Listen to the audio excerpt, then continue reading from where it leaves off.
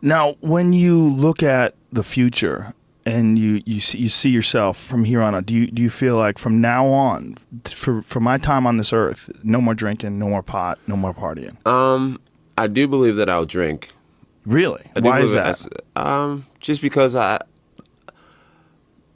coming out of high school, I started drinking in high school, and I always felt like I needed alcohol to be cool or to put myself in certain situations to conquer anxiety or whatever, to be a part of the crowd and to have fun and to relax. Yeah, I always thought I needed alcohol, and so I got to a point where I couldn't just go out and have a drink. I would always get to the point where everyone's getting crazy and things are getting wild, and I never really had the opportunity to develop a healthy relationship with it. It just went from high school to college when you get party even more to being famous and being able to afford to buy everybody drinks every night, right? Right.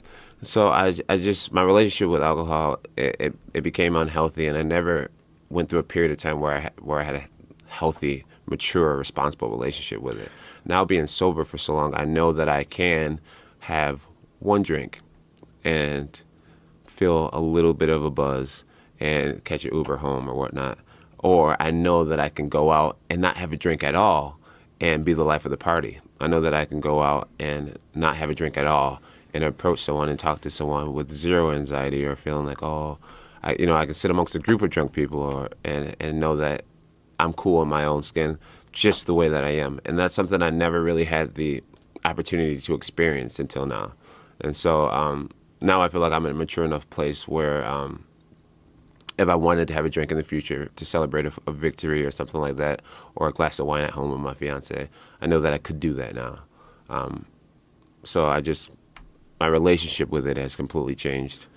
And I believe that I could drink in the future and not run into some of the wild, crashing a Bentley into a pole, right? Stuff like that I was doing before. Well, when you say you believe you could, it's interesting.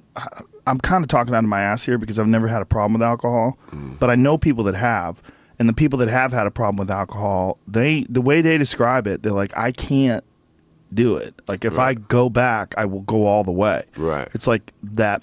There's a thing that alcohol does to you where it says, or drugs, like just a little bit, man, just a little bit. Right. Come on, we're just gonna get a little bit, just a little bit, just a little shot, just a little beer. What's a beer? Everybody has a beer. Come on, man. Right. And then that's the siren song that leads you back to the rocks. I feel like I had a problem with alcohol, but I never wanted to admit it. Like when you say you had a problem, did you have a physical problem? No. Like when you got off the alcohol, did you have withdrawals? Did you feel weird? No, I didn't feel weird. No, so, I wasn't waking up and drinking every day. So it's a psychological thing. I was getting hammered on the weekends. Right. Right. I wasn't waking up and like I didn't need alcohol, but I always said to myself, I don't have a problem with alcohol. But then when you run into a pregnant woman, you have a problem with alcohol. The day that something affects you, the first DWI, it's a problem. You weren't thinking straight. Yeah, if it's causing you to lose. Something was causing you to not think straight, and it was your actions and what you chose to take into your body, and then you just said, all right, I'm done with that. Right. But you feel like you could get back to that. I feel like alcohol was never really I was never really addicted to alcohol. I was addicted to I just really enjoyed partying a lot, and I made a lot of bad decisions with alcohol. So now I really have had the time to see clearly where I went wrong with alcohol. And obviously, being a public figure and living in a small town, I never needed to be getting blacked out in public again anyways. It's just something that I look back and I hear stories. My boys like, yo, you remember the time you did this and we were at that? I'm like, I can't believe I used to get blacked out in public. And living in this small town that I live in, it's like, so I've had a lot of times to evaluate. Marijuana actually is something that I don't think I want to go back to. Really? I don't think I want to go back to. You feel like you have an unhealthy relationship or had an unhealthy relationship with marijuana? I was smoking way too much pot. I was smoking way too much pot. Literally breakfast, lunch, and dinner in between workouts. To study film, to do everything. I was just. And for me, there's some functional smokers who can wake up and they have 8 things they were going to do that day, and they do all 8 things. Like me, I would wake up and I had 8 things I needed to do that day, and I'd be like, oh, I got 3 of them done today. Like, I'm good with that. Like, it slowed me down. It slowed me down. And now that I haven't been smoking, I just feel a lot better. I feel a lot better. I feel more on my game. I feel sharper.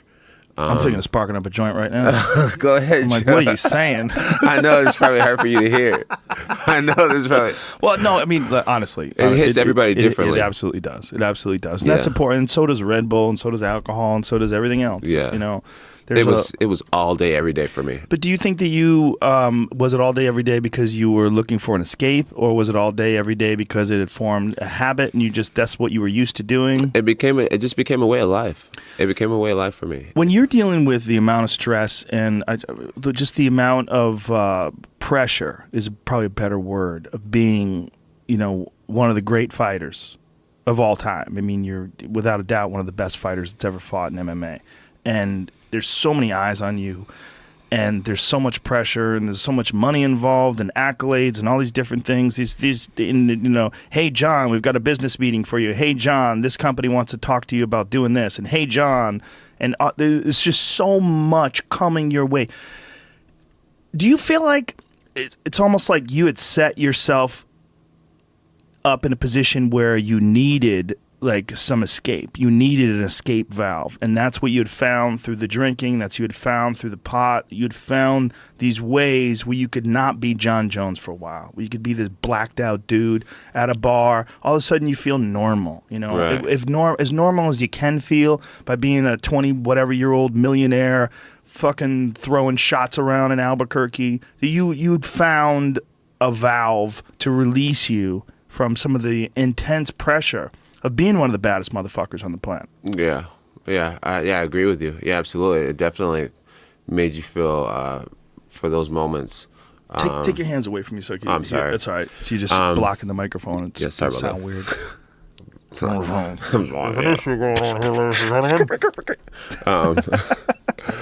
I do agree that it for those moments made me kind of feel normal, yeah, for sure. Especially Release. the bar thing. Right. Like going out and just having a good time. Like